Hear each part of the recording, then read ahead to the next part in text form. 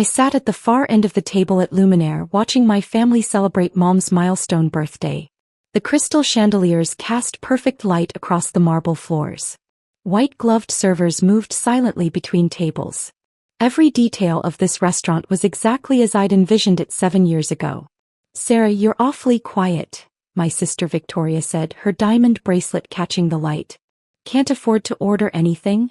My brother Marcus leaned back in his chair, swirling his wine. "She's probably calculating if she can split an appetizer with someone." The table erupted in laughter. Mom smiled indulgently. Dad checked his Rolex. "I'd driven here in my 2009 Toyota Camry. I wore a simple black dress from 3 seasons ago. My purse was a no-name brand I'd bought specifically for occasions like this. Everything about my appearance screamed financial struggle. "We really should have chosen somewhere more accessible," my Aunt Patricia said, lowering her voice as if I couldn't hear. "I heard this place charges $40 for a salad." "62 actually," Marcus corrected. "For the organic microgreens with truffle vinaigrette. I read the menu online." Victoria touched my arm with mock sympathy. "Sarah honey, why did you even come? You must feel so uncomfortable here." I smiled. "I wanted to celebrate Mom's birthday." "That's sweet," Mom said absently, studying the menu. "But really, dear, you don't need to order much. We understand your situation." My situation. That's what they called it. 4 years ago, I'd quit my job as a junior accountant at Dad's firm. He'd lectured me for 2 hours about throwing away a stable career. Mom had cried. Marcus had called me irresponsible. Victoria had posted on Facebook about family members making poor life choices. They didn't know that I'd spent the previous 5 years working nights and weekends, learning everything about restaurant management, culinary arts, food sourcing, and hospitality. They didn't know about the small cafe I'd bought in a struggling neighborhood, how I'd turned it around in 8 months. They didn't know about the second location, then the third. They definitely didn't know about Luminaire. "The Dover sole looks excellent," Dad announced, having made his selection. "Marcus, you should try the Wagyu." "Already planning on it," Marcus said. He glanced at me. "Sarah, they have a kids menu if you need it. Might be more in your price range."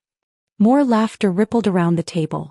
Victoria's husband Brad cleared his throat uncomfortably. He was the only one who ever seemed bothered by how they treated me. "I'm sure Sarah can order whatever she wants." "Brad, don't enable her poor financial decisions," Victoria said sharply. "She needs to learn." I sipped my water and said nothing. The server approached our table. Jean-Pierre, though my family didn't know I'd hired him personally from a restaurant in Lyon. "Good evening. Welcome to Luminaire. May I start you with our champagne selection?" "Absolutely," Dad said. "We're celebrating. Bring us the Dom Perignon." "Excellent choice, sir. And for you, miss?" Jean-Pierre looked at me, a slight twinkle in his eye that only I could see. "Water is fine, thank you." "Oh, Sarah," Mom sighed. "You don't have to deprive yourself completely." "I'm fine, really." Marcus leaned toward Victoria and stage whispered, "She probably can't afford the champagne. It's $400 a bottle." $450, I said quietly. "The 2012 vintage." Everyone stared at me. "How do you know that?" Victoria demanded. I shrugged. "I looked at the menu online." "Well, don't get any ideas," Dad said. "We're not covering extravagant orders for you. If you want to eat here, order responsibly." "Of course." When Jean-Pierre returned with the champagne, he poured for everyone except me. My family toasted to Mom's 50 years. I raised my water glass. "To Mom," I said softly.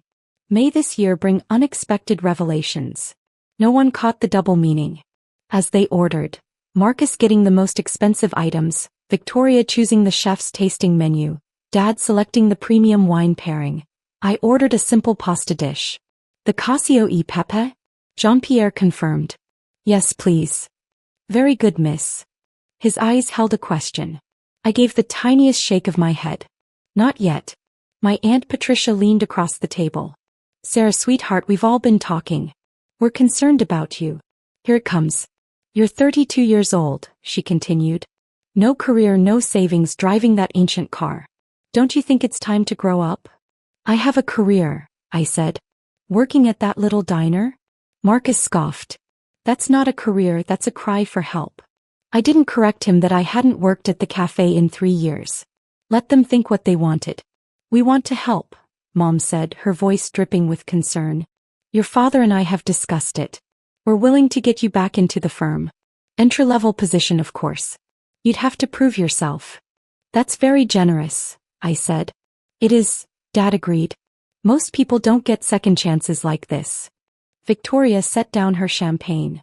Although, honestly, I'm not sure she deserves it. She made her bed. Everyone deserves family support, Brad said quietly. Stay out of this, Brad, Victoria snapped. The appetizers arrived. Seared scallops for Marcus, oysters for Dad, a delicate tranche for Victoria. My pasta came last, perfectly plated, each element positioned exactly where I'd taught the kitchen staff. That actually looks decent, Marcus said, eyeing my plate. For peasant food. I twirled pasta on my fork. The cheese-to-pepper ratio was perfect. Alessandro had been practicing. So, Sarah, Dad said between bites of oyster. What do you say? Will you accept our offer? Come back to the firm, stop this restaurant nonsense. I appreciate it, but I'm happy with my current work. Current work, Marcus repeated mockingly. You mean serving coffee to blue-collar workers? I mean building something meaningful. Victoria laughed.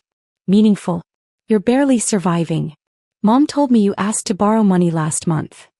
I had $200 for rent. I donated it to the food bank the same day. But it had reinforced their narrative perfectly. I'm managing, I said. Barely, Mom sighed. Sweetheart, we love you, but you have to face reality. This independence fantasy isn't working. Marcus flagged down a server. Not Jean-Pierre, one of the newer staff members. Excuse me, this wagyu is excellent. Please send our compliments to the chef. The server nodded. Of course, sir. I'll let Chef Alessandro know. Is he here tonight? Victoria asked. I heard he's impossible to meet. 3 Michelin stars, trained in Italy, only 35 years old. A genius. He's here, the server confirmed. He oversees every service personally. Remarkable, Dad said. This is why Luminaire is the finest restaurant in the city. Attention to detail. Excellence. Everything your generation seems to have forgotten, Sarah. I took another bite of pasta. You know what your problem is? Marcus said, warming to his theme. You've never understood quality. You've never appreciated the finer things. That's why you're stuck where you are. Stuck eating $62 pasta? I asked softly. You know what I mean. Look at this place. He gestured around the dining room. This represents success. Achievement. Something you've never experienced. The entrees arrived. Marcus's wagyu was perfectly seared, the interior a rosy medium rare. Dad's Dover sole came tableside, deboned with theatrical precision. Victoria's tasting menu continued with duck breast and black truffle risotto. My pasta was cleared away. Jean-Pierre placed the next course before me. I'd switched to the tasting menu with a single glance at him. Wait, did you order more food? Victoria asked sharply. Sarah, we said we're not paying for.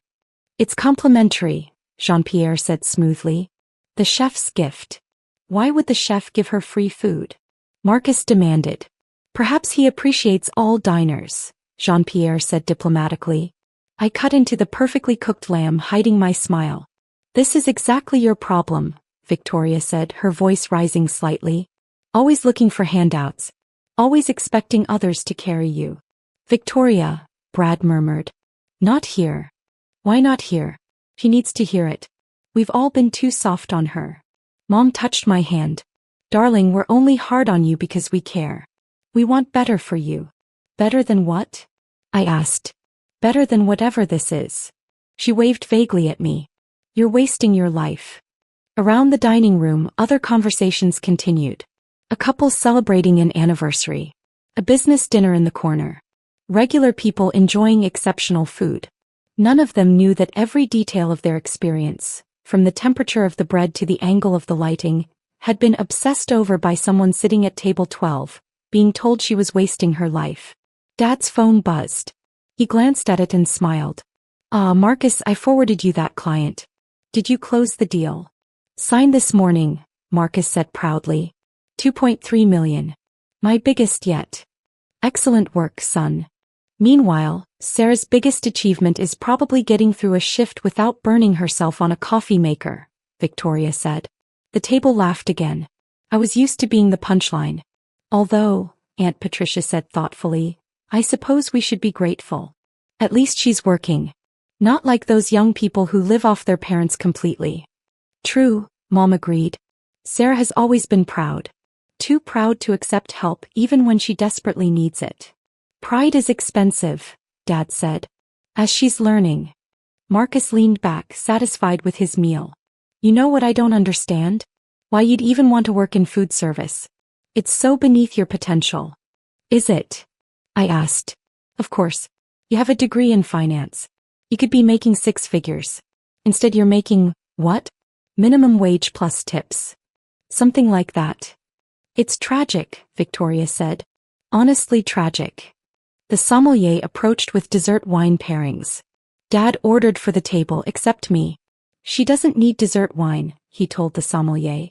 Water is sufficient. Actually, I said quietly, I'd like the Chateau d'Yquem pairing. Silence fell over the table. Sarah, Mom said carefully. That's $200 a glass. I know. You can't afford that, Marcus said flatly. Can't I? Dad's face reddened. Absolutely not. We're not paying for your delusions of grandeur. I didn't ask you to. Then how exactly do you plan to pay for it? Victoria demanded. I met her eyes. I have my methods. This is ridiculous, Marcus said. Someone needs to talk sense into her. I'll handle this, Dad said. He caught Jean-Pierre's attention. Excuse me, we need to adjust her order. She'll have water only. Jean-Pierre looked at me. I gave the smallest nod.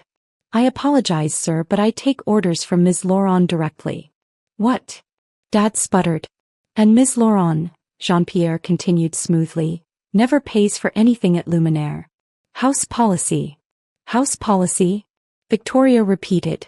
What are you talking about? That's when the kitchen doors opened. Chef Alessandro walked out, his white chef's coat pristine, his dark eyes scanning the dining room until they found me. He moved with the quiet confidence of someone who'd earned 3 Michelin stars before turning 35. The entire restaurant seemed to notice. Conversations quieted. Heads turned. Alessandro approached our table and I saw my father straighten in his chair, clearly preparing to complain about the confusion with my bill. But Alessandro didn't stop to speak with Dad. He walked directly to me and bowed. Miss Laurent, he said, his Italian accent warm. Welcome back to your restaurant. I apologize for not greeting you immediately. We had a situation with the meat supplier. It's resolved now. The silence at table 12 was absolute. Your restaurant. Mom whispered. Alessandro smiled. Shall I prepare the owner's tasting menu? I've been developing a new dish with the porcini you sourced from Piedmont last month. That sounds perfect, Alessandro. Thank you. My pleasure. He nodded to the table. Please enjoy your evening. Everything is complimentary, of course. Any friend of Ms. Lawrence. He returned to the kitchen, leaving my family frozen in their seats. Marcus found his voice first. What just happened? I took a sip of water.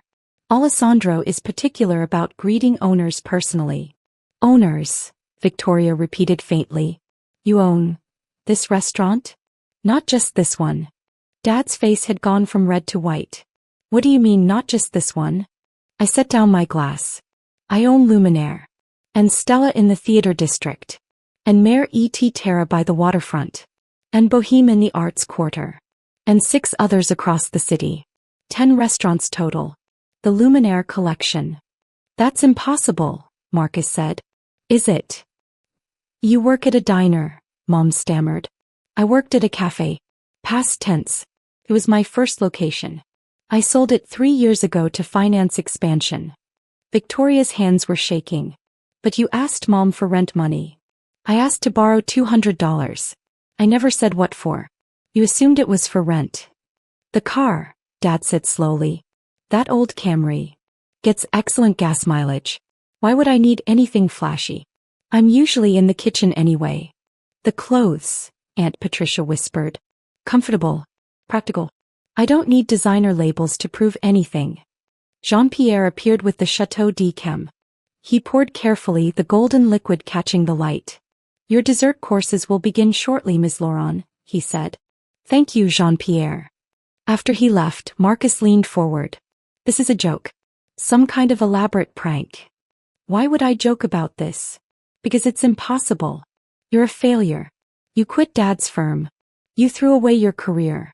I quit a job I hated to build something I loved. But we've seen you struggle, Mom insisted. The cheap apartment, the old car, borrowing money. You've seen what I wanted you to see. What you expected to see. Victoria's voice cracked. Why would you let us think? You didn't think anything. You assumed. There's a difference. Dad found his composure. Even if this is true, and I'm not saying I believe it, how could you afford 10 restaurants?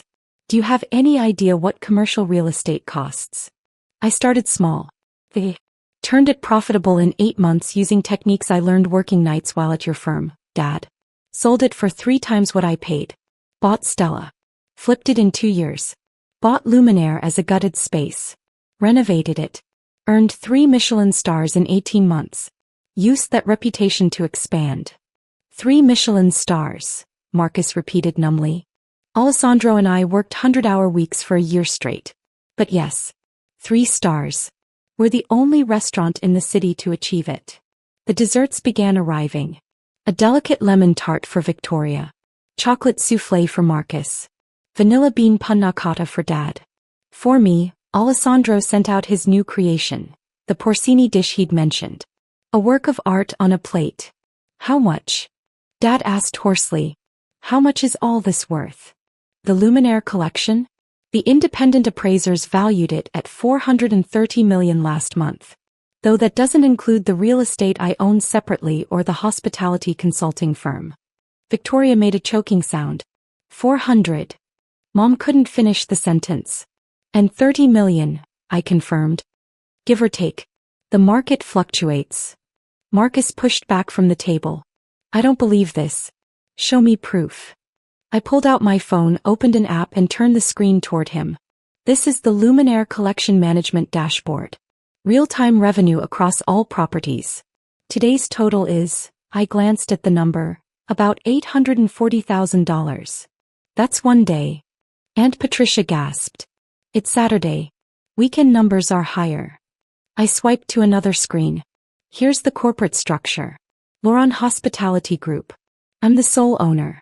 And this, another swipe, is my personal banking overview. I let them look just long enough to see the balances, then locked my phone. Dad had gone completely silent. His dessert sat untouched. Why? Mom finally asked, tears in her eyes. Why would you let us believe you were struggling? I considered the question. Did I let you believe it? Or did you decide to believe it because it fit the story you wanted? That's not fair, Victoria protested. Isn't it? I never said I was poor. I never asked for your help beyond that one time, which was a test, by the way. I wanted to see if you'd help me even if I needed it. You did, which I appreciated. A test. Marcus looked sick. I also never flaunted my success. I didn't post about it on social media. Didn't brag. Didn't show up in expensive cars or clothes. I just lived my life. Built my business. And you all assumed I was failing because I wasn't performing success the way you expected. We tried to help you, Dad said weakly. No. You tried to fix what you perceived as my failure. You wanted me to conform to your definition of success. A corporate job, a predictable path, a life exactly like yours. Alessandro emerged briefly from the kitchen, caught my eye and gave a subtle thumbs up. The new dish was working. So this whole time, Victoria said slowly, while we've been pitying you, worrying about you, trying to help you, I've been building a hospitality empire, yes. That's cruel. Is it? More cruel than laughing at someone for being poor? Making jokes about kids' menus? Telling someone they're wasting their life? The table fell silent. Jean-Pierre appeared. Ms. Laurent, there's a call from the inspector. Something about the new location in Harbor District. Tell them I'll call back in 20 minutes. New location? Marcus asked faintly. Number 11. Opens in 6 weeks. Alessandro is training the head chef personally. Mom set down her fork. She hadn't touched her dessert either. Sarah, I don't know what to say. You don't have to say anything. But we've been so horrible to you. You've been consistent, I'll give you that. We didn't know, Aunt Patricia said. Would it have mattered? If I was actually struggling, would these comments have been kinder? More helpful? Or would they still be judgmental and cruel? No one answered. Dad cleared his throat. I suppose I owe you an apology. For what specifically? He blinked. For not believing in you. You never asked what I was doing. You assumed, judged, and dismissed. An apology doesn't fix years of that. What do you want from us? Victoria demanded, her voice breaking. I looked at my sister. Really looked at her. I don't want anything. I have everything I need. I have businesses I love, work that fulfills me, people who respect me. I don't need your approval anymore. I stopped needing it the day I opened my first cafe. Then why are you here? She whispered. Because she's my mother and it's her birthday. Because despite everything I love my family. But love doesn't mean accepting disrespect. Alessandro returned with a small plate, a palate cleanser perfectly timed. The final course will be out shortly, Ms. Laurent. And I've arranged for the special champagne you requested for your mother's birthday. Perfect. Thank you, Alessandro. He disappeared again. Marcus watched him go. That's Alessandro Moretti. The Alessandro Moretti. People wait 6 months for a reservation just to eat his food. I know. I hired him. But he's famous. Award-winning. Why would he work for you? Because I gave him complete creative freedom, a partner stake in Luminaire, and the resources to create food that matters. Money isn't everything, Marcus. Sometimes people want to build something meaningful. Like you, Brad said softly. It was the first time he'd spoken in 20 minutes. Like me. The final course arrived. A stunning array of petit fours and confections, along with 2 bottles of Krug Claus d'Ambonnet, one of the rarest champagnes in the world. Jean-Pierre opened them ceremoniously. For your mother's birthday, Ms. Laurent. Thank you. He poured for everyone. This time my glass was filled first. I raised it. To Mom. 50 years of life, love, and lessons. May the next 50 bring understanding. They lifted their glasses automatically, but no one drank. Sarah, Mom said, her voice thick with emotion. How do I fix this? I don't know if you can, Mom. But maybe start by seeing people, seeing me, as they actually are, not as you assume them to be. Dad looked around the restaurant with new eyes. This is really yours. Every table. Every chair. Every piece of art on the walls. I selected it all. The chandelier? Aunt Patricia asked, looking up at the stunning Murano glass installation. Commissioned from Venice. Took 9 months to make. The marble. Carrara. Same quarry Michelangelo used. Victoria started crying. I've been so awful to you. Yes, you have. I called you a failure. I mocked you on Facebook. I told people you were a cautionary tale. I know. I saw the posts. But you never defended yourself. I didn't need to. I knew the truth. Your opinion couldn't change reality. Marcus set down his champagne. I need to know. When I called you trash earlier, when I said you were beneath your potential, did you know you were sitting in your own restaurant? Of course. And you just took it? I've built something extraordinary, Marcus. Your words couldn't diminish that. They only reflected on you. He looked gutted. The restaurant was beginning to empty. Other diners departed, full and happy, unaware of the drama at table 12. Jean-Pierre approached discreetly. Ms. Laurent, the kitchen is beginning to close. Is there anything else you need? No, thank you. Please tell Alessandro the porcini dish is exceptional. We'll feature it next week. He'll be delighted. After Jean-Pierre left, Dad spoke carefully. What happens now? Now you finish your champagne, eat your petit fours and go home. And us? Our relationship? I considered the question. That depends on you. I'm not interested in apologies you don't mean or changes you won't maintain.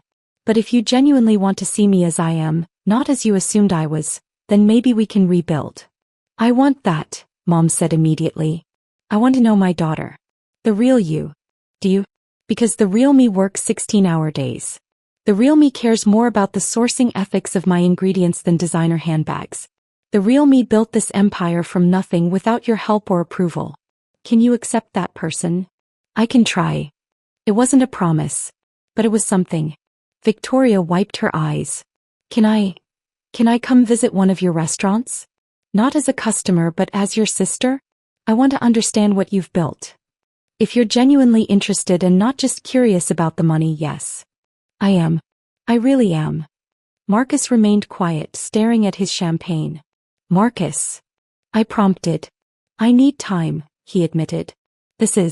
I don't know how to process this. That's fair. Alessandro emerged one final time, this time with a birthday cake. 3 tiers of artistic magnificence, decorated with edible flowers and gold leaf. For your mother, he said, setting it before Mom. Happy birthday. Mom stared at the cake, then at me. You did this. I did. It's beautiful. You're my mother. Despite everything, I wanted your birthday to be special. She started crying again. The staff sang happy birthday, in perfect harmony. Another detail I'd implemented, training servers in musical performance for special occasions. Mom blew out the candles, and I knew she was wishing for a chance to undo the evening's cruelty. But you can't undo words. You can only move forward. As they ate cake, I felt my phone buzz. A message from the Harbor District Inspector. The permits were approved. Location 11 was greenlit. I looked around Luminaire. At the restaurant I'd built from nothing. At the family who'd never believed I could do it. At the evidence of everything I'd achieved. Sarah. Dad said quietly. Yes. I'm proud of you. The words came 20 years too late and 10 restaurants after I'd needed to hear them. But I nodded. Thank you. Jean-Pierre brought the bill. $0 as always for me.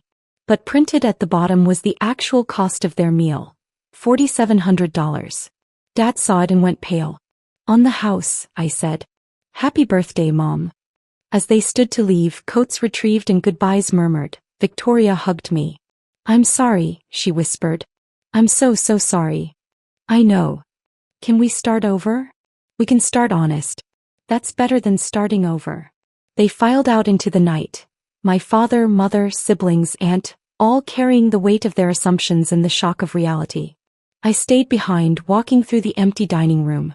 Alessandro emerged from the kitchen, his chef's coat finally showing signs of the evening's work. That went well, he said dryly. Did it? You didn't burn down any bridges. Just scorched them a little. He laughed. The porcini dish? Perfection. We launch it Tuesday. Good. He paused. You know, when you first pitched me this restaurant, I thought you were crazy. A 28-year-old with one cafe, trying to build a Michelin 3-star establishment. And now I think you're crazy and brilliant. The best combination. I smiled. Get some rest, Alessandro. Tomorrow we review Harbor District's kitchen plans. Tomorrow never stops, does it? Not when you're building something that matters. I left Luminaire at midnight, climbing into my old Camry and drove home to my modest apartment, the one my family pitied me for. But tomorrow morning I'd wake up in that apartment and own 10 restaurants. I'd review contracts for location 11. I'd taste test new menu items. I'd negotiate with suppliers. I'd build something extraordinary. And whether my family understood it or not, whether they approved or not, whether they ever truly saw me or not, I would continue. Because I'd learned the most valuable lesson of all. You don't need anyone's permission to become who you're meant to be. You just need the courage to build it yourself. And I had built an empire.